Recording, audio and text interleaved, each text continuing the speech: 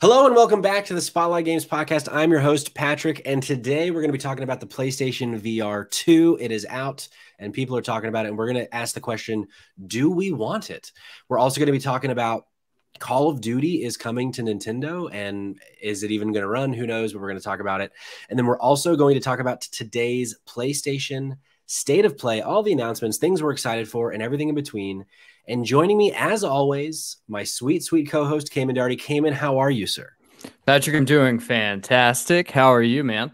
I am, I'm here. I'm alive. And we're joined by a special guest. So I'm excited. Some refer to him as the King of England. Oh, my God, I did it. Well, the hold King on of now. Ireland. What are you at? I know. I did it. I did it. All right, I did it. No, the King of Ireland, a brother of mine, another citizen of Ireland myself. Jesus. Jer, the Irish G-man. Jer, how are you, sir? Well, I was in good form. I was having a good day until now. I know. And what an awful little Freudian slip there. Yeah, don't worry about it. know, not the first. You're You're over here just being like, I'm also a citizen of Ireland. Let me fuck this up right off the bat. Like, come on, man. You got to get it together, Patrick. You know, I think the government has just reached out to me and revoked my citizenship. Rightfully so. After that. You probably say God bless the king too, don't you? You fucking asshole. Wow. Jer, welcome to the show. For those of you who don't know who Jer is, maybe Jer, give the folks at home a little bit about who you are, what you do, what you stream, anything that you want them to know about you. So my name's Jer. I go by the Irish G-Man on Twitch and everything else that you have to do to be a streamer and to make content. In my final year of university, I stream some fucking crazy games. I can curse, right? That's yes, okay? Yeah, we can say whatever we want as long as it's not offensive. Yeah, of course. Yeah. Well, you offended me at the start, so. Well, no, I know. I honestly, I should probably just leave the podcast at this point. I can take it over from here, probably. Sure. I don't know, maybe. All right. See you later, boys. But yeah, yeah, let's do a bunch of random games. To be honest, I'm a variety streamer. I'm trying to do more FPS games at the moment because I like to be a little bit competitive. I used to be an archer. I was a world champion in 2019, and the world went to shit. And you're telling me. I'm done now, so I've retired since. So I'd like to put that energy into this. So hey, there we go. What do you have a favorite game of all time? Of all time? Yes. It's hard to pick exactly one, but the feeling I'm getting, this month, this year is The Evil Within. Okay. Dude, that series is incredible to me. It's really good. We almost talked a little bit about that, and maybe we can pivot and talk about that with Shinji Mikami leaving Tango Gameworks, the developers behind The Evil Within. But I know Cayman is a big fan of The Evil Within as well. It's true. Sure. I would have also accepted Bulletstorm as your favorite game. That would have been totally fine too. Are you familiar with Bulletstorm, Jer? No, I'll look at it. It's trash. Oh, says the man who's never actually played the game, but it's Cayman's favorite game of all time. Yes. What is your favorite game? I know we're early in the year. We're not even a full 2 months in, but what's your favorite game that you've played so far in the year 2023? So I've done Warzone 2, Evil Within. Favorite indie game for sure was Garden of Banban. I haven't played that one. Maybe. I'd say Warzone 2 has been pretty good. Sure. I've heard good things. Don't shoot me. I would never. Well, fantastic. The folks at home know a little bit about who you are now. And that's all they need, because this is the Spotlight Games podcast where each week we talk about the latest and the greatest in the world of video games. You can get it by subscribing to our YouTube channel at Spotlight Games Pod, or by searching for Spotlight Games in your favorite podcast app. And hey, you can be on the show by tuning in as we record live Tuesdays normally at 8 p.m. Eastern Time. Today, a little special Thursday night at 8 p.m. Eastern Time on twitch.tv/Spotlight Games Pod. So be sure to follow us there so that you're notified when we go live, so you can be part of the conversation. Cayman, we have a new episode of Save Trash Cinema, our sister podcast, out today. Fuck yeah, we do. It's been out for a couple days now since we're late here this week. Tell the folks to know about it. Yeah, so live right now, we have an interview with director, writer, producer Tony Wash, probably known from Bloody Disgusting. He is currently heading up Bloody Disgusting Screambox TV division. So if you are a horror fan and you're not using Screambox, I highly recommend it. You can go check out The Outwaters right now, which is honestly one of the best horror films I've seen in years. But Tony heads up the Bloody Bites portion, which is a collection essentially of a bunch of really great short films from creators all across the world, including none other than Alex Austin and Keir Seward, who are good friends of the show. Yeah. And so he came on to talk about some of the films he directed, talk about producing, and talks at great length about how wonderful Screambox is and how the Shudder and Screambox and these streaming services are essentially saving indie horror and ultimately saving trash cinema in the process. And let me tell you, man, it's a little bit of a long episode, but it is an awesome, awesome episode. Tony's a great guy, and just a lovely time with him. So very excited for the world to get their ears on it. Let's go. We also, this week, our newest podcasting endeavor, Spotlight TV, the newest episode about The Last of Us, episode 6, our deep dive with special guest Emily Rose from Who the F Knows with Emily Rose. That came out on Monday. And at the end of this episode, as we've been doing the last several weeks, which actually, Jared, I forgot to ask you about this. We're going to be talking about the next episode of The Last of Us, what we hope to see from it, what we think we might see from it. I meant to ask you, have you been watching The Last of Us, Jared? This is a hard one to answer right now. Gun you can say to my no. head. No, you can say no if you have. No, I the truth is yes, but my lady's in chat, and I shouldn't have watched it without her. Oh no! So you really did just fucking kill me. Damn, I've struck 2 times now. This is not good. We're not even on each cheek so far. We're not even 7 minutes into the podcast, and I've already made a fool of myself. Let me tell you, when you're on this show, he'll also try to slap some other cheeks. So, well, look, lads, it wouldn't be the first to try. There we go. Well, I'm sorry that I got you in trouble, but at the end of the podcast, if you want to stick around, we're going to talk about what we hope to see next episode. But we'll cross that bridge when we get there. Boys, we start every episode by talking about the games that we have been playing recently. Jer, I've put you on the spot several times. I've embarrassed you even more times, but I have to ask, what have you been playing the last few days? What is the Irish G-man playing right now? The G fella. At the moment, it's just been a lot of Hogwarts Legacy. It's a great game. I'm sure people get slack about it. I got a bit of slack myself for playing it. Sure. At the end of the day, it's a game. It's a lot of fun. Hey, we've been very vocal on the podcast that J.K. Rowling fucking can suck our farts. She sucks. And but Cayman, I believe, has also been playing. Yes, I'm 25 hours in at this point. Yeah. Fuck, dude, I'm 12. But so, Jerry, you're liking the game? I stream 16 hours a week, right? And I have them 12 in. Yeah, I'm loving it so far. It's a beautiful game. One issue I had with it was just performance. And, you know, as someone in chat is saying, travel broadens the mind. Repetitive lines in the game. That's a bit annoying. Really? Is that? Yeah. Well, I want to take a second to say hi to we got Baba BNXO in the chat. We got Richie H in the chat. How you doing, y'all? Thanks for coming. Yeah, Baba Bean's my lady, and then Richie is numero uno mod in the Champions Pub. So nice, fantastic. He's brilliant. Hell yeah. Cayman, what have you been thinking about Hogwarts Legacy? Yeah, I mean, it's a beautiful game to look at. I've had some like minor technical issues where I've had to like restart a couple of missions because something just doesn't work right. Yeah. And one in particular was like a puzzle that just didn't actually, like, the whole room's supposed to shift and it just didn't shift. So I was like, how the fuck do you solve this puzzle? And that was why. So just outside of a couple minor complaints there, the game runs like I'm playing on PlayStation 5. It runs incredibly smooth. You know, there's going to be some issues here and there. Some of the missions are a little bit repetitive. Sure.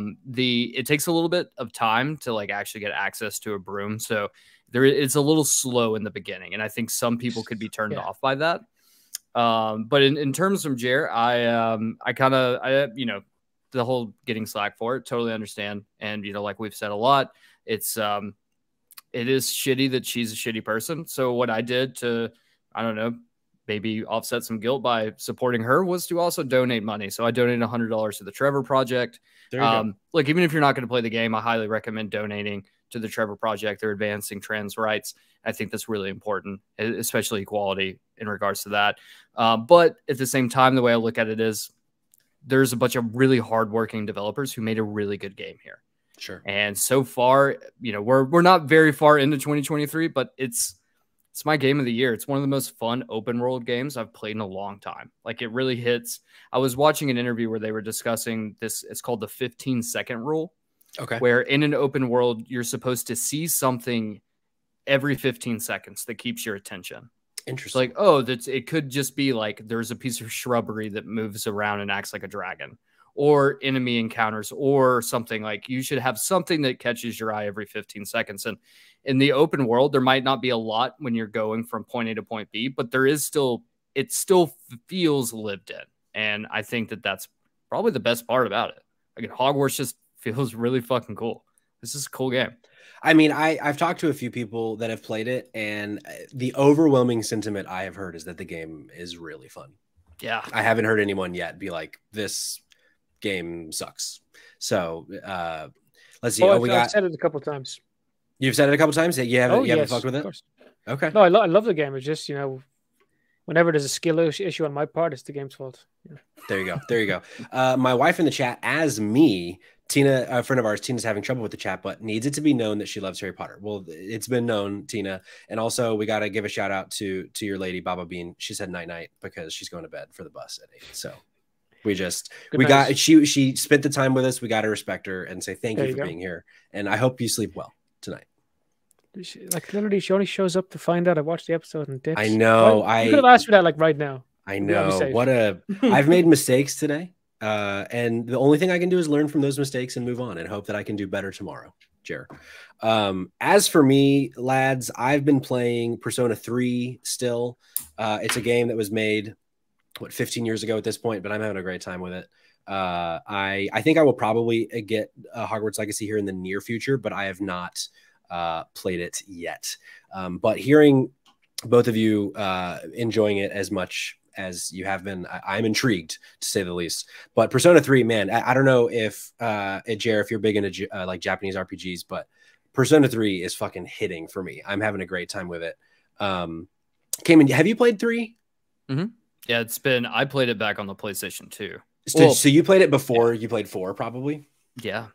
So I'm playing it right now, and I had played 4 already, obviously. And do you remember there's a character from Persona 4 that makes a little cameo appearance in Persona 3? Because that just happened for me, and I about threw my Switch across the room because I was so shocked by it. This is a deep cut. Like, I don't know how many people care about this Persona 3 Let's talk off air. Let's talk off air. I'm curious. Okay, we'll talk off air. But if you are big on JRPGs and you've been considering Persona 3, it fucking rules. Like, I'm having such a good time with it. JRPG stands for Japanese. It is, yeah. Dude, I was assuming people were just making shit up. I'm serious. Yeah, no, well, yeah, that's because usually the rules of combat it's like that turn-based, like Final Fantasy type, whereas, you know, Fallout 4, Fallout 3, Skyrim, a Western RPG, you know, feels a lot different. But so that's what that means. We like to educate people here on this podcast, Jared. Thanks. So hey, here we are. But yeah, I've been having a blast with it. Like I said, it's on like everything now. It's on Switch, PC, Xbox PC, all the things. So check it out if you want to play some JRPGs. Boys, the PlayStation VR 2 came out this week.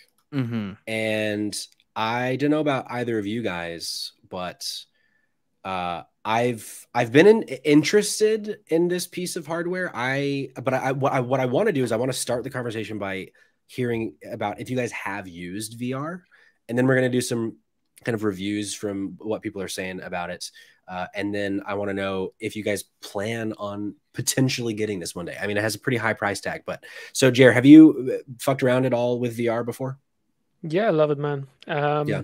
It's one of the things I play in my free time, especially during the winter, like Pavlov, VR chat, Super Hot, nice. Blade and Sorcery, Bone Lab or Bone Works, all that kind of stuff. I love it.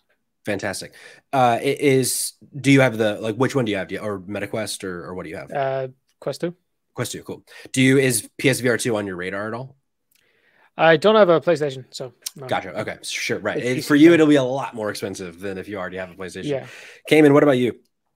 Yeah, so my only experiences with VR has been the Quest 2 as well. Okay. And while it's cool and I think it's like a very inventive, I don't know, something about like finishing up my workday, I kick back on the couch, I pop on the PlayStation, I play a little whatever I'm playing at the time, and you know, I can still have like the interactions around me. Yeah. Like while I'm doing that. Whereas I feel so like limited with VR, where it's like you put the headset on and you're essentially lost to the world. Like, don't talk to me. I can't interact with you. Like, I don't know what's happening around me. And also, it's kind of a terrifying feeling because my wife loves to like fuck with me when I'm like preoccupied. Sure. So like, it's just lurking around every corner. I just know there's going to be a herd there to try to scare the shit out of me. But yeah, I mean, start locking doors, man. You need to hide. You need to hide from your wife. I need an office is what I need. But yeah, no, I think if it wasn't for the fact that it is so goddamn expensive, it is so expensive, then like maybe it's on my radar. But you're gonna have to sell me with some like incredible games to go alongside that price tag. Well, let's hear from some folks who have had their hands on it, what they think. So this is from IGN. They give it a 9 out of 10. Gabriel Moss says the PlayStation VR 2 may seem pricey given that it costs $150 more than the base PS5 digital edition, which in American dollars is $550, which is fucking absurd. Even so, it's such a quantum leap over the original PSVR in terms of ease of use, visual quality, and immersion that any PlayStation owner who loves VR should upgrade as soon as possible. Its 4K HDR OLED screen and excellently tactile Sense controllers are the most obvious improvement, but plentiful quality of life changes and the raw horsepower of the PS5 set a new standard for how VR games should play and feel on console. The downside is that, like any new platform, its thin launch lineup makes its lack of backward compatibility with original PSVR games a significant problem. But I'm sorry, one that will only yeah, it's not backwards compatible with old VR games. Does it just always feel like Sony has like a gun to their own head? Like, I'll pull the trigger at any moment. I'll pull it at any moment. Well, it's funny. So if I'm not mistaken, 49 games launched with PSVR 2. 43 of them are games that already existed. Whether they're on MetaQuest, whether they're on the original VR2 or VR, but they've just been like are re-released on VR, but nothing is natively compatible. All of the things like Superhot, like Tetris Effect, they've all been redone by the developers, essentially. So, I mean, there is over 40 games there, but most of them are games that if you have VR, you've probably played in some capacity. Tony in the chat, Horizon Zero Dawn for PSVR might be next level. And that's the thing. It's like I read this review from IGN saying that it's fucking incredible, but then I read the review, which I don't have. I think, yeah, here we go. They say, so they gave it a 7 out of 10. Horizon Call of the Mountains exciting highs elevate it just enough above its often monotonous climbing mechanics to create a full first blockbuster scale entry into the PSVR 2 library. Though intuitive design, awesome spectacle, and gripping combat, Horizon's first step into virtual reality is one packed with exciting encounters that its slower stretches may sometimes detract from, but never threaten to derail completely. It's an enjoyable, if not essential, chapter of the Horizon story. So like that, well, I mean, it's a positive review, right? But like, it doesn't convince me to spend over $500 on a VR. And like a game like Horizon for me, like that's the thing that would have gotten me to get a VR. And the fact that that's not gives me concerns. But I'm curious, like so Jer, obviously you don't have a PlayStation, but is there anything that would move the needle for you to want to get a PlayStation to get VR, or is it that's just too much? That's too many dollars at that point for you. I mean, I got a PC. If it's not running properly, I get a new card, slap it in, new CPU, it's whatever. My console days are over, so yeah, makes sense. Cayman, for you, like, is there anything that can move the needle to get you to consider it at this point? Honestly, or is it cost at this point? Yeah, man, I don't know. I don't even know if it's cost at this point. I think it's more of like, will I ever use it? Sure. That's the biggest issue. I don't know if I ever will. Like, sure, I can jump on and play Beat Saber. I can play Superhot, but like those are games I can just get at Quest for much cheaper, and I don't need to have anything connected to it, and I'm fine. So like, I don't know. Like, I genuinely don't. I feel like we're going to get to a point where VR is going to be much bigger, but I don't know if that's going to happen in the next 5 or 10 years, maybe 10 years, maybe. But like right now, I just don't see this. I feel like VR to me. So I have PSVR 1 over there, and I've not used it in months. Part of the reason is that I let my brother borrow it for several months. But like, even if it was here, I'd never had this draw of like, man, I wish I had my VR from my brother. And I think I've come to the conclusion that most everything on VR feels like, you remember when we were kids and like at an arcade there would be the like time splitters or whatever, like that, like the on rails shooter at an arcade, like the Jurassic Park game or whatever. I feel like VR at this point is just an arcade in your house. It has these like 15 to 20-minute experiences that are cool, but it's like, how many of those can you have to justify? Like, it's fun to have people over and be like, oh yeah, check this, play Super Hot, it's really cool, or play the fucking the roller coastery one on PS or on the PlayStation VR. Like, they're fun experiences, but that's all they are, it seems, is experiences. And for Horizon, it seems like to not kind of take it to the next level is a bit disappointing for me. A friend of ours, Gray, is going to hopefully come on the show here soon because he actually has a VR2. He just got it yesterday. So hopefully we'll get some actual hands-on impressions. But yeah, I don't know. I'm a bit disappointed that in that. But hey, it is what it is. Okay. Go on. No. What were you going to say? So I don't get it. What's the deal with Horizon and this VR2 thing? Like, it's not going to work on it. Is that what you're saying? No, so it's going to work on it. It just seems like it's one of those things where to bring such a big franchise like Horizon to VR, for me, is kind of that carrot of like, oh, well, maybe a huge game like that will be enough for me to like consider buying it. But then to read the reviews and it just seemed like it's a good game, but like I would want something that'll like feel like it changes the landscape of what video games can do for me to spend nearly $600. Like it's a lot of money, right? So I would hope that, like Richie in the chat was saying, he has HTC Vive, which I've never played with, but like I know Half-Life Alyx can work on an HTC Vive, which I've heard is like, that is one of those things where if you want to really experience how fucking cool VR is, that's the game for it. And I think I was kind of hoping that Horizon would have that kind of a pull to it. And it seems like that's not the case. It seems like it's just another bow and arrow, climb up a mountain type VR thing, which, you know, we've had a bunch of at this point. It seems that's my point, I guess. But hey, once we bring Gray on the show, we'll hopefully have someone who's actually put their hands on it, because, you know, I've not. So this is just reading other people's experiences. But do you own a PlayStation? I thought it was interesting. Say again? Do you own a PlayStation? I do. Okay. Yeah. So yeah, man, it's not made for everyone. Like it's a niche within a niche. For sure. Exclusive for the exclusive. Yeah. Like Horizon's an exclusive game, and then, you know, just add to that. For sure. Only experience it with their own VR headset. Yeah. It's made for people who already have the thing, man. If you want to do it cheap, sure. you have a PC sitting there, and you know it's chugging along. It sounds like it's about to take off when you're playing VR, but yeah. Yeah. Well, how about a game that they're only trying to get in front of more people, and that's Call of Duty.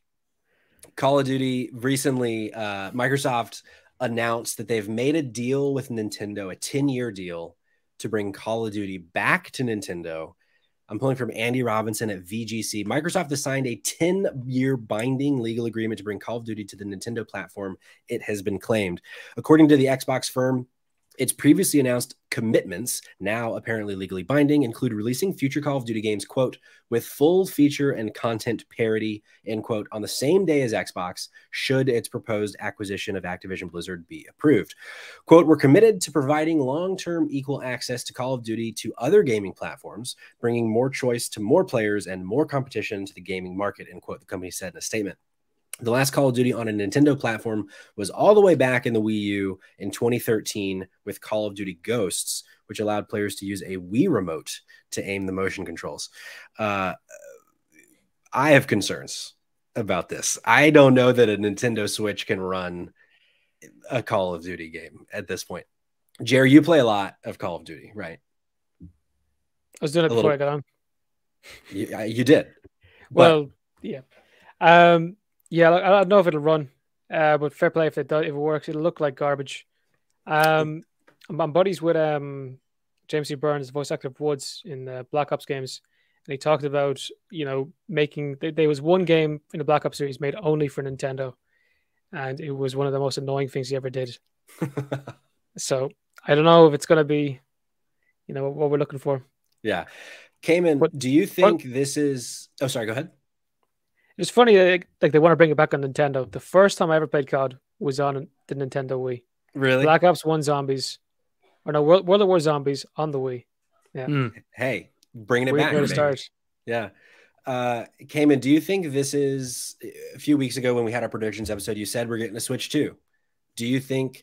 Because I just don't think a Call of Duty game can run on a Switch.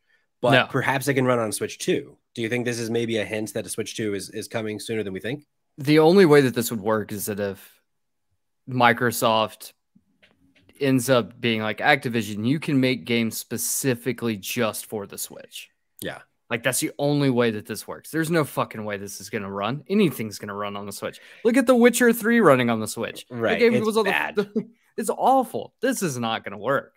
It's not going to work. My biggest question is, like, they're already signing deals right now. And this, the acquisition hasn't even gone through yet. Yeah. Yeah. It's that little thing at the end, if the deal goes through. So then, I wonder if the deal doesn't go through. I guess Xbox is like, no, fuck you. You guys can deal with it. It's not our problem anymore.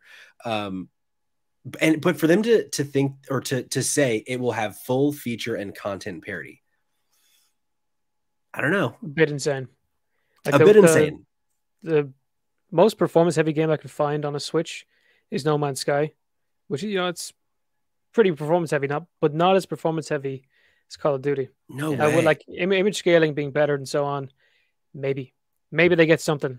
But what was I've never heard of image scaling on a Nintendo device. Yeah, ever. So like, now what was it wasn't Modern Warfare 2. What was the one before that? I'm blanking on the name, but it was like download size alone would take up the entire hard drive, and and another SD card just to have like what it needs to be able to run.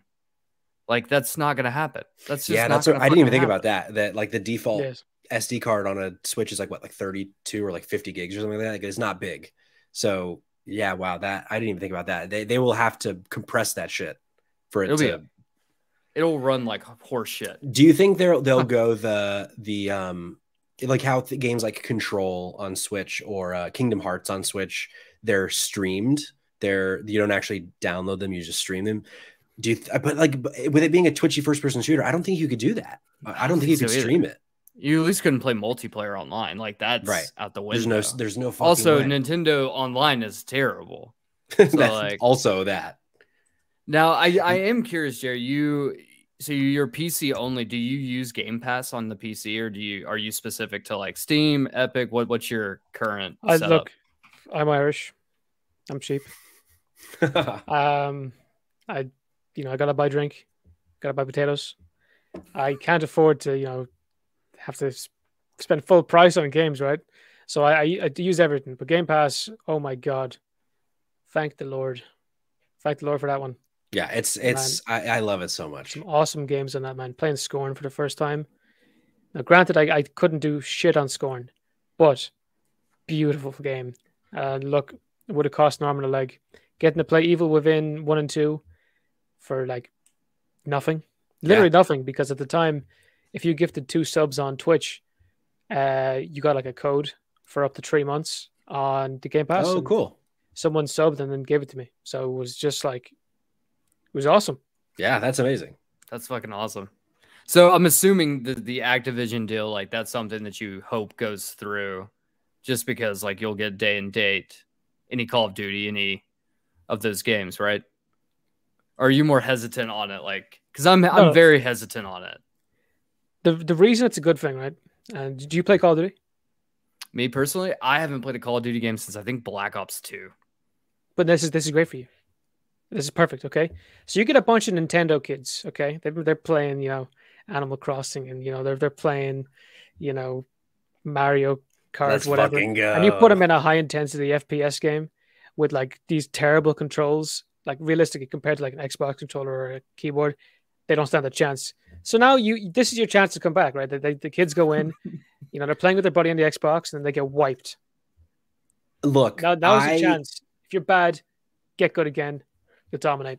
I tell you what, there are a few things as fun as Fortnite on the Switch, because I can win so many games of Fortnite on the Switch because I'm playing with fucking 6-year-olds, and I can win like 4 games in a row. I go to PlayStation, I'm the 4th person kicked out of the game. So that's a very good point. I might pick up Call of Duty again because I could actually start winning.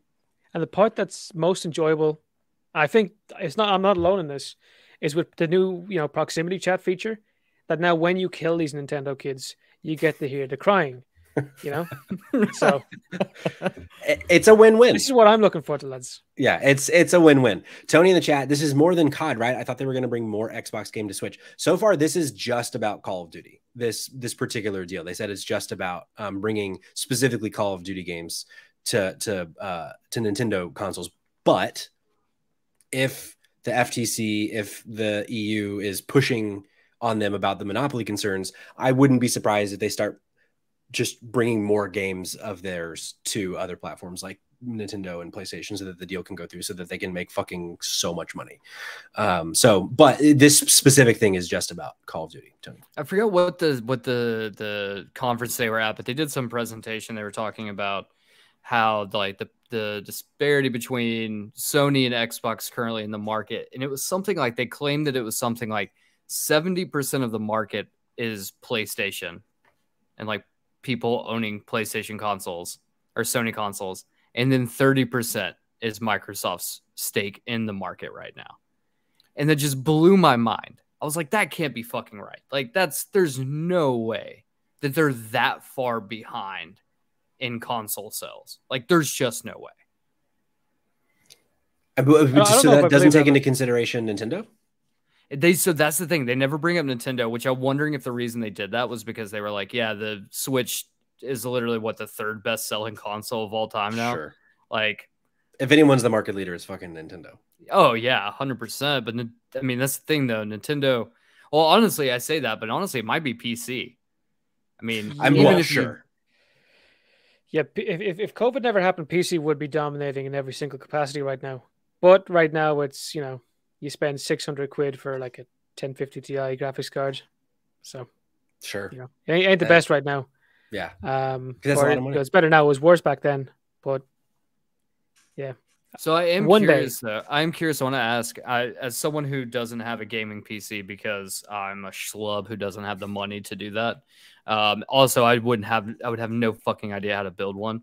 Like, how often are you upgrading parts to your PC to stay to keep things relevant with like the continued expansion? They're dropping cards, they're doing all this shit constantly. It's like, how often do you have to make investments that are, $400, $500, $600 to get up there? October, January, and now someone from my chat bought a new SSD for the setup just so I can run some of these AAAs a bit better. So they're all the time. To buy new memory, new graphics card, and a new CPU. There's stuff coming all the time, and it's kind of future proofing in a way, but there's no such thing. Right. Like I 2 years ago I might have had the best PC around, but it's not gonna do as well as like the 40 series that just came out, the Nvidia and their crazy graphics cards. But yeah, it gets expensive, and I'm very, very grateful, with streaming, it kind of cuts down the costs. People might donate. I might bring up this game's running like complete dog shit. Yeah. Someone might buy an SSD, might buy RAM, whatever. So CSK in the chat, Assassin's Creed kind of sucked on the Switch. I hope that Harry Potter Legacy will be good so that I don't use my boyfriend's PlayStation to play it. But I will be shocked if Nintendo Switch can handle non-Nintendo games. Yeah, I mean, I will be so shocked if a Call of Duty game can actually run on this console. But we'll see. We'll see. Today, also to switch topics one more time before we wrap up the show, PlayStation had another State of Plays, their first of the year. And they talked about some VR games. They talked about Suicide Squad for a long time. So we'll do a little recap here. We'll talk about it and what jumped out to us. Jared, did you have a chance to give this a watch before we recorded? Which is this now? Did you have a chance to give this a watch before the show? The PlayStation State of Play? No. Word. Okay, so let me pull. I'm not involved with PlayStation much at all. Oh, right. That makes sense. Sure. Well, some of the games that they showed today will be coming to PC, so there will be some here. Let me pull this up real quick. A little B-roll in the background. So Cayman, at a glance, what did this do for you? What did PlayStation State of Play today do for you? Yeah, it was fine. Yeah. Yeah, it's a solid like B- probably. Outside of, I think, them showing off Resident Evil 4, it was just kind of milquetoast for the most part. There's nothing really, honestly, really too exciting. I mean, they spent a good portion of time just talking about VR, which I just do not care about. Yeah. So it's like, we opened up with, they showed us 5 VR games. This is one of them. This is The Foglands, which is a haunted first-person shooter showing off combat against skeletons, spiders, and more. Like, I like the art style, but like this doesn't. It kind of vibes. It has Sea of Thieves vibes, but it also just kind of gave me that like arcade, like 15-20 minute type experience, which like, again, like they're fun, but I can't justify spending that much money on it. But like, why can't we get this fucking game just normal? Like, why does it have to be in VR? This, like, graphically looking, this looks like it would be fun as shit if this was like Dishonored, right? Sure. Yeah, no, for sure. We got that. We got another VR game called Green Hell, which is like a creation type game, like survival, that kind of thing, in like a rainforest environment. We also got Synapse, which it kind of gave like super hot vibes. It's a first person shooter, again, like this one, with telekinetic powers. Takes place in a black and white world with the only color seemingly coming from the characters' powers when they're like shooting guns and stuff. We also got a sci-fi stealth game based on the iconic Foundation series by Isaac Asimov. The game showed shooting and stealthing around a space station. And then finally, a game called Before Your Eyes, which is a colorful interactive adventure about memories where every time you blink, you jump forward in time, which, like, it sounds cool. But actually, let me scrub ahead to that one, because that one, of the VR games, that was the only one that like really did much for me. But it's like, it's kind of to your point, Cayman. It's like I would love to just be able to just play this game not in VR, but I guess it probably works best as a VR game. That's why they designed it. But yeah, this, if you know, back to our original conversation about like what would move the needle for us in VR, what they showed us today does not move the needle for me in the slightest. I'm not considering VR more now because of what we saw today. JR, are you a Destiny guy? No. Hey, that, which is fine. I think I'm not a lot of these things today. Hold on. You're okay. So you were telling us that you're getting more into FPS games, and you don't do Destiny. You're not, because I like quality. Oh, I'm not a like any port in a storm kind of guy. Shots fired from across the pond. You know, Jerry, I worked for this Irish company, this fintech, back about a year ago, called, I'm not going to say the name, actually. That's probably a bad thing. Yeah, probably shouldn't say that. Either way, they shipped over a bunch of lads into the Atlanta office where we're based out of. And so they come over, and we take them out of the town first night on the town. One of them smashes a glass over the other's head and punches a bouncer in the face. And so my first time, like, really hanging out with some Irish guys, I was like, man, you guys fight. And guess what? You've confirmed my initial theory that you just want to come in here and throw hands. 9 or 10 rounds bare knuckle minimum. You know what I'm here for? I'm here for it. I like seeing other people play Destiny. It's just not my kind of thing. Like, if I play an FPS, it's got to be rooted in some kind of survival horror, you know, over the top, you know, like Doom, or based in realism. I'm very, you know, weird in that regard. I don't like the fantasy sci-fi kind of stuff, because I grew up when Call of Duty was trying to do, like, you know, some weird fucking stuff. So I kind of gravitated towards the more normal stuff. Okay. The more like kind of based in realism more so. Yeah. That's kind of what I went towards. Yeah. Cayman, you used to be big on Destiny, didn't you? Yeah. Yeah. It used to be huge. My issue with Destiny at this point is just like, you just can't get back in. Like, this is not for someone who's like going to start playing Destiny again. Yeah. Like, I tried to get back in a few months ago just for the hell of it. I was like, man, I have no fucking idea what's happening. Like, I was borderline platinuming that game, and now fast forward a couple of years, and I'm like, I legitimately could not tell you how to play this game anymore. It is really overwhelming to consider jumping into that because I've never played it. I actually when it went free to play, I think I picked it up for like an hour, but more than that, I've not played it, and I can't even imagine getting in right now. Like it's a very overwhelming thought to jump into that. You know, I think the thing is that this might be the perfect time to jump in. Like, I don't know, like maybe I'm wrong. Like maybe it's the perfect time to jump in for someone who has never played it. Because you just walk in, you're like, okay, well, this is all new to me anyway. But if you're someone like me who's played it for so long and it like comes back and everything's different, it just doesn't feel like the same game anymore. Sure. I get that. Well, after that, we saw what's on the screen now, Tchia, if that's how you pronounce it. Maybe it's just Chia. Maybe the T is silent. It's an upcoming. It is Tchia. It's an upcoming Wind Waker-like exploration game from Awaseb, and we learned it's launching into PlayStation Plus Extra and Premium tiers on March 21st. This is the highlight of the show for me. This like screams a Patrick game. Awesome art style. It's coming out soon, which I love when games are coming out soon. You know what I'm saying, Cayman? Yes. But also it just, I like this like lighthearted Wind Wakery look for sure. So this is shot up my list of games that I'm excited about. Cayman, are you into this? Yeah, definitely. This looks like something to be a ton of fun. Just kick back on the couch, just chill, enjoy. There you go. We also, after that, we got next month coming to PlayStation Plus, we're going to get Battlefield 2042, Minecraft Dungeons, Rainbow Six Extraction, Ghostwire Tokyo, Immortals Phoenix Rising, and Code Vein.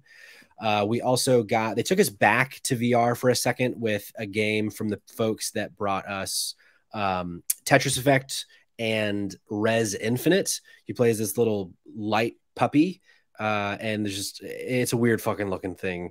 It looks like this weird like dreams type experience where like you can create content and it's like puzzle based too. I don't know.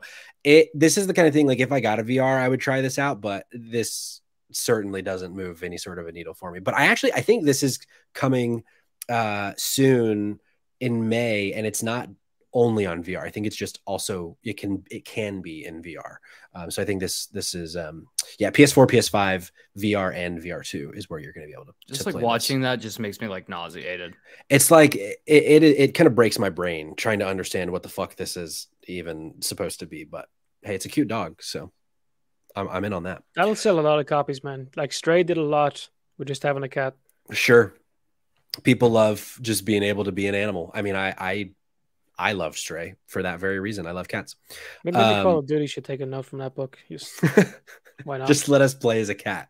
Hold on. Hear me out. So we have Call of Duty Zombies. What about just Call of Duty Dogs, where you're just a bunch of dogs in fatigues and you're just shooting grenade launchers? Before. Oh, really? Well, yeah, Call of Duty Ghost, one of the things. Oh, that's fair, yeah. You're the last Call of Duty on a Nintendo console. We're bringing it back. Really? That was the last one? Yeah. That was the last one. Wow. And I finished on a strong note, so. You wouldn't believe that that's one of my favorite Call of Duties ever. Is it really? I think I was stuck with it for so long. I think I stopped before. I don't even remember what was right before Ghosts, but I think that was the last one I played was the one before Ghosts. I don't think I played Ghosts. But I heard good things. And here I am hearing good things again today. After that, we got a look at a game that we've heard a lot about over the years. I'm kind of surprised we're still not getting this game. I feel like I've been hearing about this for a long time, called Goodbye Volcano High. Has a really cool aesthetic. It's a coming-of-age narrative game coming to the PS4 and PS5. Going to launch on June 15th. The trailer kind of showed the narrative aspects of it, the like rhythm-based aspects of it, as you're like in this band with like band practice and in this coming of age tale. So Cayman, this seems like a Cayman game. Yes, this seems like a me game. This also game seems like it's going to try to make me cry a lot. It probably will. I don't know if I'm ready for that after sitting through The Last of Us for so long. I'm not. I think it also is going to make you want to be a furry, potentially. It is furry propaganda. It is. But hey. I was asked today if one of you guys were a furry. Were you? I was. And what did you say? Yeah. Fair. No, I was asked because the last one I did, 2 of them were furries. Oh, really? What are the odds? What are the odds? Honestly, I don't know if I've ever met. I'm just gonna be straight here. No kink shaming, but like, I don't think I've ever met a furry. At least one. Yeah. No, you're not. No, you're not. I mean, here's the thing. They might just be hiding out somewhere, just in bushes, dressed as a squirrel, just ready There's to one pounce. behind you right now. You guys ever been to a Comic-Con? No, there is a conference or a convention rather in Atlanta called MomoCon, which brings a lot of anime fans, a lot of furry people. Do we call them people, or are they just furries? I don't want to. I haven't a fucking clue. But sometimes they're dressed as lizards, and it's scary. Sure. Okay. After Goodbye Volcano High, which is what's on our screen now, we got Naruto Cross Boruto Ultimate Ninja Storm Connections. Never been a Naruto guy. This is a Naruto for me, if you know what I'm saying. I'm gonna assume people are gonna hate this because people like Naruto. They fucking hate Boruto. Oh, really? Yeah. Naruto's not, or Boruto's not the guy. It's like anything that was established about Naruto and that kind of world and how the powers work and so on was just ripped apart in Boruto. So what happens when you have 1,000+ episodes in a series? Sure, yes, but also like, could we not come up with a better name? Yeah, come on, Boruto. Come on. Let's call him John. Come on. But that's coming. I don't think we got a date for it, but that game is happening. After that, we got a lengthy look. Yep, it sure is. We got a lengthy look at Baldur's Gate 3, which I think this is definitely a game that's going to be coming to PC. Oh man, the trailer is still happening. Here's Baldur's Gate 3. Neil, isn't it? Say again? Voice actor Neil Newbin in Baldur's Gate, right? Oh, maybe. I'm not sure. But we did get a date. This is coming August 31st. Showed off various classes, shots of the multiplayer and combat, and it's going to be coming out on PS5 and on PC. They do confirm. You know what I love about this is that they're launching this like a month, maybe 2 months after Diablo 4. Oh, so like, I don't know if you guys played Diablo 3, but when it first launched, it was absolutely hated. Like, people fucking hated that game. It took years for them to gain like the audience back because they had to fix like a bunch of shit people hated. And a lot of people are very worried that Diablo 4 is going to be even worse at launch because they're going to try to squeeze in all this like cash grab bullshit. The fact that Baldur's Gate, which we know for a fact Baldur's Gate is not going to do that shit. Like, they're just going to launch their game and be like, this is the fucking game. We'll get expansion packs when you get them. Like, this is it. I love the fact that they're doing that just so like if Diablo 4 fucks it up, then they can just like slide. Baldur's Gate will just be there waiting for people who want it. Hold my beer. Here we go. Let's do it. Right. We also got this game called Wayfinder that's on the screen right now. It's an action RPG. You work together with friends to push back a hostile force that's taken over the world. The latest trailer was a gameplay overview showing off combat and a giant boss battle. This did nothing for me. It might be cool, but didn't speak to me personally. Seen too many games like it before. Like fucking thousands of games like this before. 100%. You're exactly right. This is free to play, right? Probably. I want to say that this is free to play, which makes it honestly even worse because you just know what you're like. You know what you're getting into. Yeah, 100%. Fucking dog shit. Not for me. After this, we got a Street Fighter 6 trailer. They showed off a couple of new characters. Zangief is back. We all expected him to be back. We also got Cammy, and then they also showed us a new character, Lily. They've all been confirmed. The game is coming later this year. Cayman, you're not huge on fighting games. Jer, are you? I'm not a fighting game guy. Are you a fighting game guy? The most recent Mortal Kombat, and that's about it. Maybe some UFC games, but I've always, I don't know what it is. I've always disliked Street Fighter. I'm a younger guy. If you grew up with this, it's your baby, right? But for me, I've always looked at it like people really like they enjoy this shit. You know, it's like people playing Tetris to me. Sure. Yeah, I had Street Fighter back on the Super Nintendo when I was a wee boy, but I don't really care about fighting games anymore, and so this, there is a huge audience for it. It's not me. The next game though, I'm going to scrub ahead a little bit. The next game is my shit, and that is Resident Evil 4. We got an extended look at the game. It's coming in March. And they said that we're going to be getting a special demo, which is exciting. I'd love to play a little demo before the game comes out. But man, I'm just so fucking excited for this game. Cayman, I know you are. Fuck yeah. Jer, you've talked a lot about survival horror. Evil Within is essentially a Resident Evil game. Are you going to pick up Resident Evil 4, you think? Yeah, I don't normally buy them, but I think I will with this one. Yeah. The reason, one of the reasons I brought up my buddy Neil there earlier, well, he was in Baldur's Gate. He was in the last fucking Resident Evil game, but he leaked when I interviewed him the last day that he was going to be involved in an upcoming game, and this, I guess, this is the game. Hell So yeah. the next one that was coming up, he accidentally kind of slipped up that he'd be in it. Whoopsie. And, well, here we are. So that's what he's in. It's such a good game. Like I loved the remake of 2 and 3, and Resident Evil 4 was one of my favorites when it was originally released way back in the day. So I'm very excited. I think this is going to be a special one for sure. Hopefully get to play it. Yeah, hopefully. And then when they ended the show with an extended 15-minute look at Suicide Squad Kill the Justice League. They showed off game combat. They showed like beautiful RPG elements. They showed live service elements of the game. They showed us a little bit of the story as well. Jerry, you were saying this looks beautiful. So you're in on Suicide Squad? Like the trailer when Batman's in it. Like, oh shit, it's about to go down. We've talked about this on the show a few times because we've had a couple of the teaser trailers. It hasn't done much for Cayman and I so far, but this is the trailer that got me in. I'm now excited for this game. Cayman, though, I'm curious if this trailer moved the needle at all for you, if this is a game you're looking forward to now. It's really tough. I was burned so hard with Marvel's Avengers. Sure. And dude, I'm telling you, walking away from this, I was like, God damn it, this looks just like fucking Marvel's Avengers to me. In ways it does, but it looks so much more fun than Avengers to me.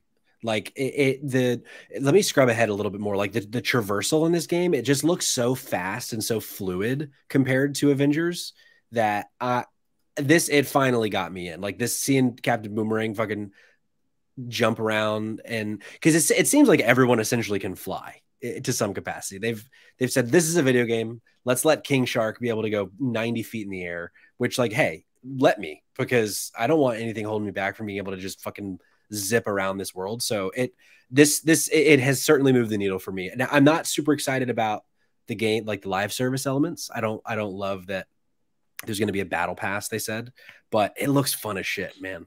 I think it looks a little bit like Doom in terms of gameplay.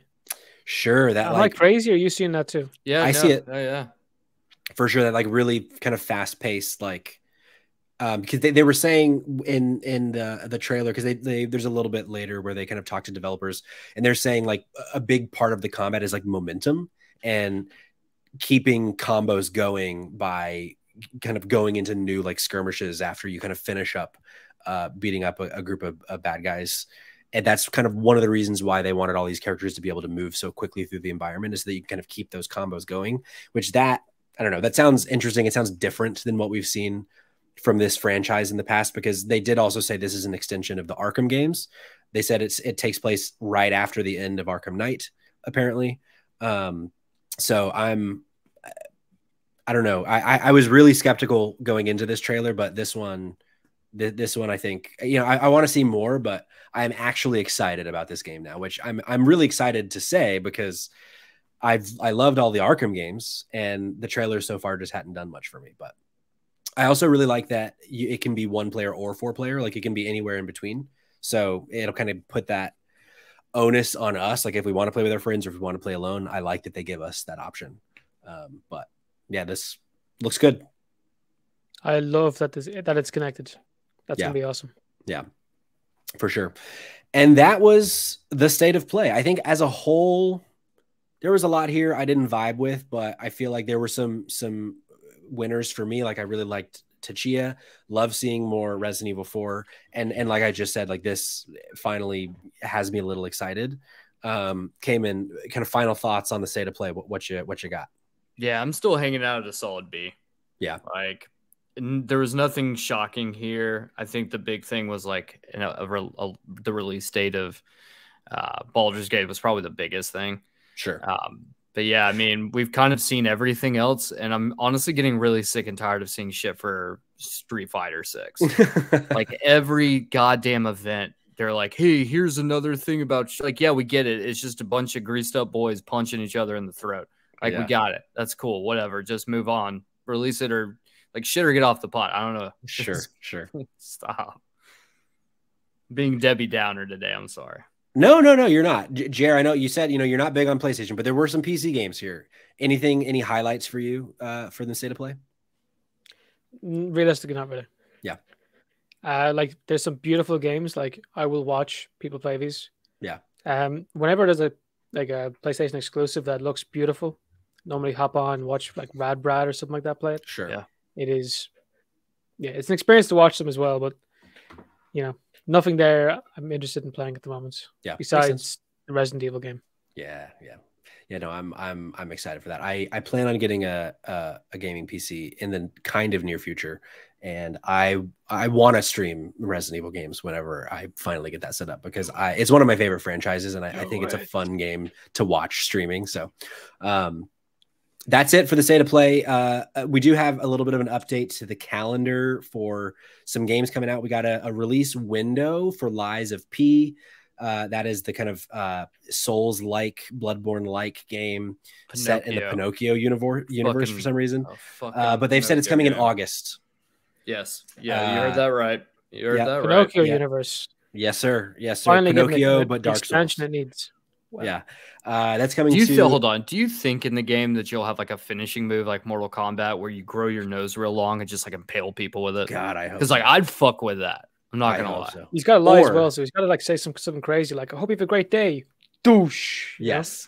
or I hope we get to beat the fucking snot out of Pinocchio. I hope we get to fucking rip that wooden boy apart. Yeah. That would. I wouldn't need to see a therapist. I think the only thing that sell Jerry even more on this is if Geppetto turned out to be a furry. I think that if that's day one buy. Sure. Him. Yeah, probably. We're also Game Pass some new games that are out now or coming soon. We got Atomic Heart, which is a game that Cayman put me onto that I will be playing soon, I think. Beautiful. Say again? Beautiful game. Oh, yeah. Have you played it at all? Well, no. No. I watched someone else play it, right? Yeah. But today's going live notification on Twitch, if anyone followed, was that I found the 6-hour scene and that I was streaming it. Oh, yeah. Like basically hop in, I found like the 6-hour stream from scene from Atomic Heart. Have you guys heard about this? No, I haven't. What is the 6-hour scene? Devs talked about a 6-hour sex scene that involved the two twins, right? Okay. And it was a meme. It started off as a joke, but the devs have been playing on it and they've been doing interviews and talking about it, saying, yeah, maybe we'll actually make one. We've talked about actually making one. That's funny. I had missed this, but could you imagine a game making its own OnlyFans account? I mean, like that's the kind of conversation they're having.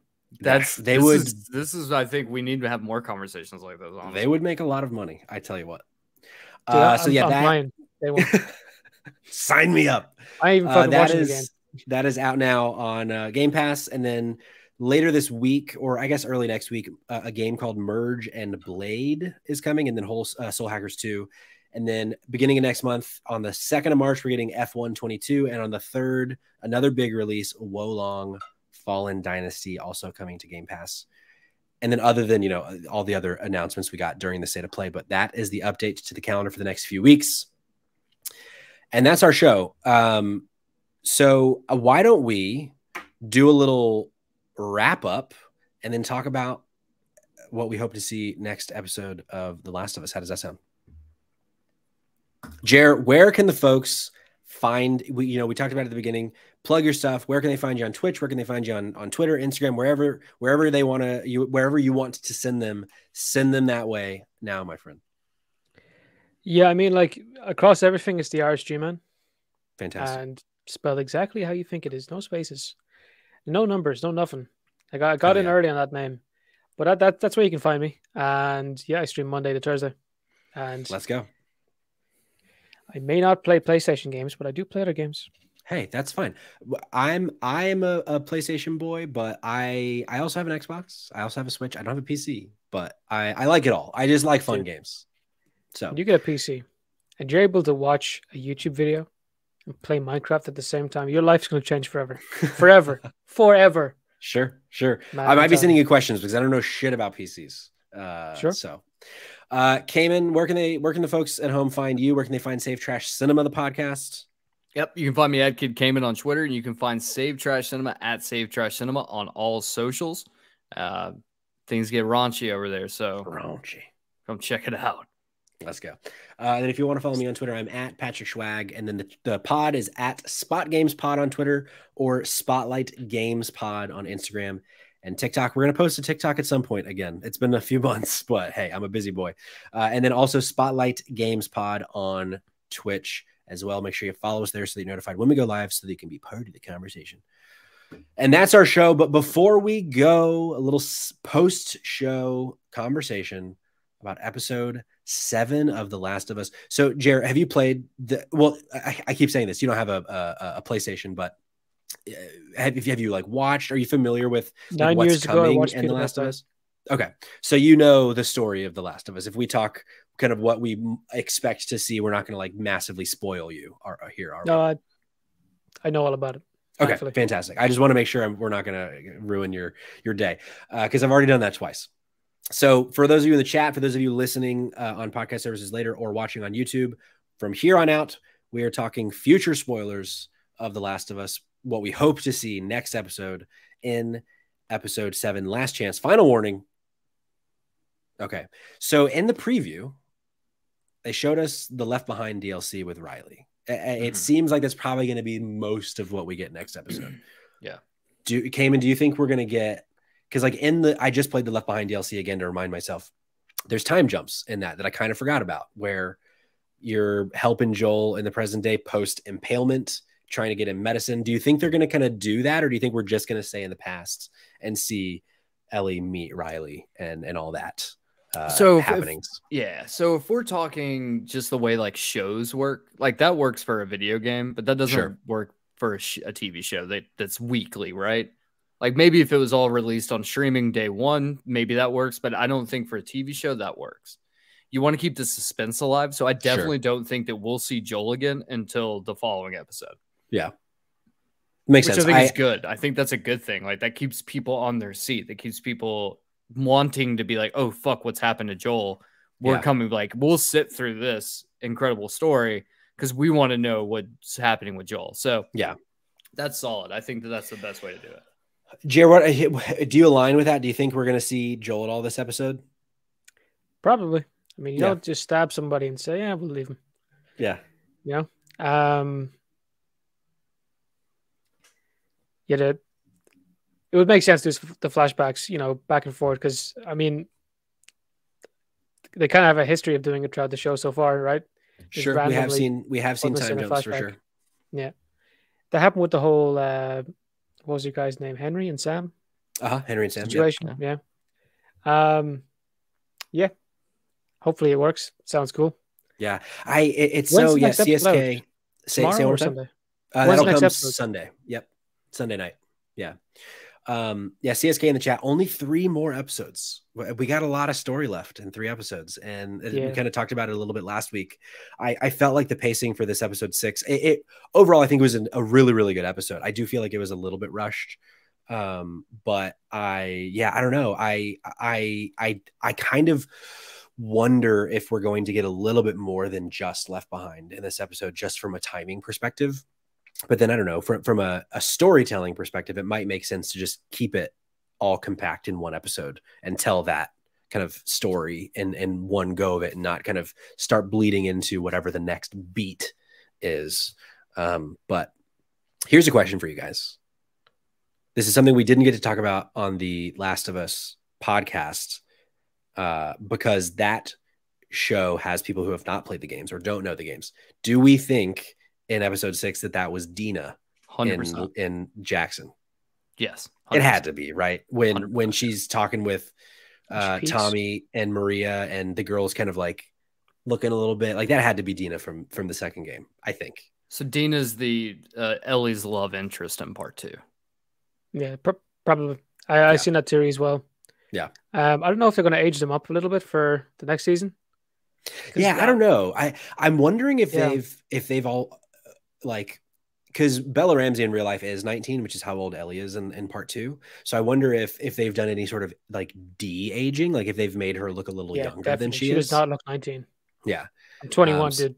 She does not look 19. Yeah. So maybe they just don't do any of that anymore. I don't know. But man, Jared, overall, have you been liking the show so far? I love it. I love the bits. My favorite episode was episode 3 with Bill and Frank. God, so good, so fucking good. I was watching a video essay on that before we got on, which is that's a very white guy thing to do. No, I legit. Will you send it to me? Because I would love to watch that. Sure thing. Yeah. It was incredible. It was basically about like, the way he set himself up at the start, and yeah, I'll send it to you. It's fucking great. Man, this show just continues to hit for me. It's so fucking good. With regards to the show, I do have a question for you though. Actually, as well about the game more so. I seen this thing on Twitter, and somebody answers made me want to puke in my mouth and spit it on a child. So, oh boy, The Last of Us 3, if it was set not like somewhere else and not with Ellie, where would you like to see it? Any part of the world? I mean, do we want to see it smack in the middle of Dublin? No, real answer. I would love to leave America. I would love to see what it's like in another part of the world, personally. They have said, though, they've gone on record saying that The Last of Us is an American story. So like whatever we're going to get, like when Last of Us Factions, whatever that's called, comes out, I think they've said it's like somewhere in the South, like maybe it's somewhere on water. I think maybe like Louisiana, perhaps. I forget exactly, but it's definitely somewhere in America. But yeah, Cayman, what do you think?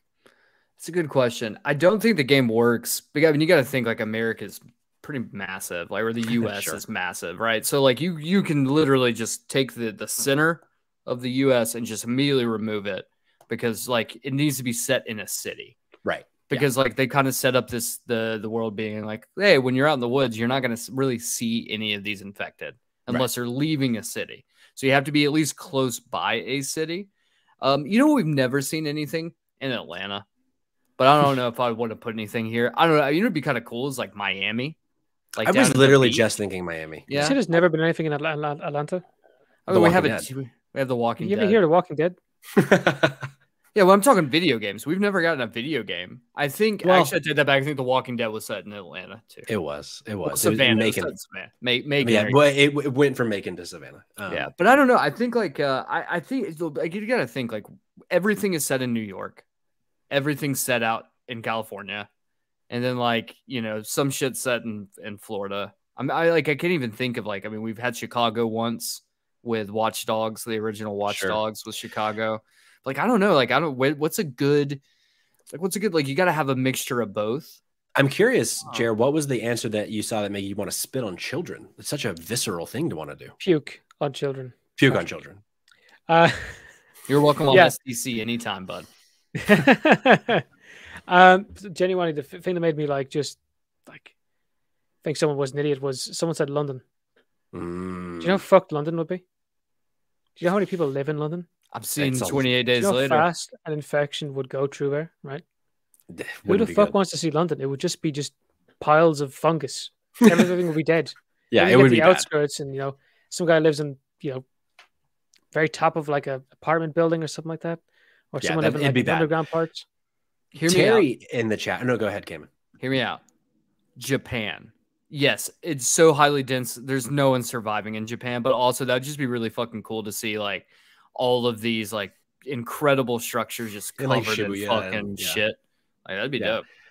Terry in the chat has a great answer. Jakarta. Let's go to the heart of where it started, at least in the show. That'd be pretty cool in the middle of where it actually started. He also says Seattle. It was South America, right? Say again. In the game, it was South America. In the game, it just said some sort of a crop situation. I don't remember if it might have been South America. I don't remember exactly, but it definitely was not Jakarta. That was a new thing for the show. You could do like Cape Cod, South Africa. That'd be pretty dope. A bunch of shanties. Cape Town. What did I say? Cape Cod? Is it like Boston? Yeah, fuck. I mean, they're both the same. Just a bunch of shanties and white people. That's true. South Africa is just a bunch of white people. That's true. Also, Terry says Seattle. Like it was cool.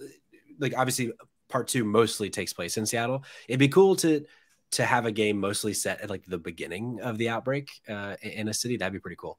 Yeah. But I mean, it would definitely be much more of a horror game than these first two have been, for sure. Imagine the first person to ever see a clicker. Oh, no one would have believed them.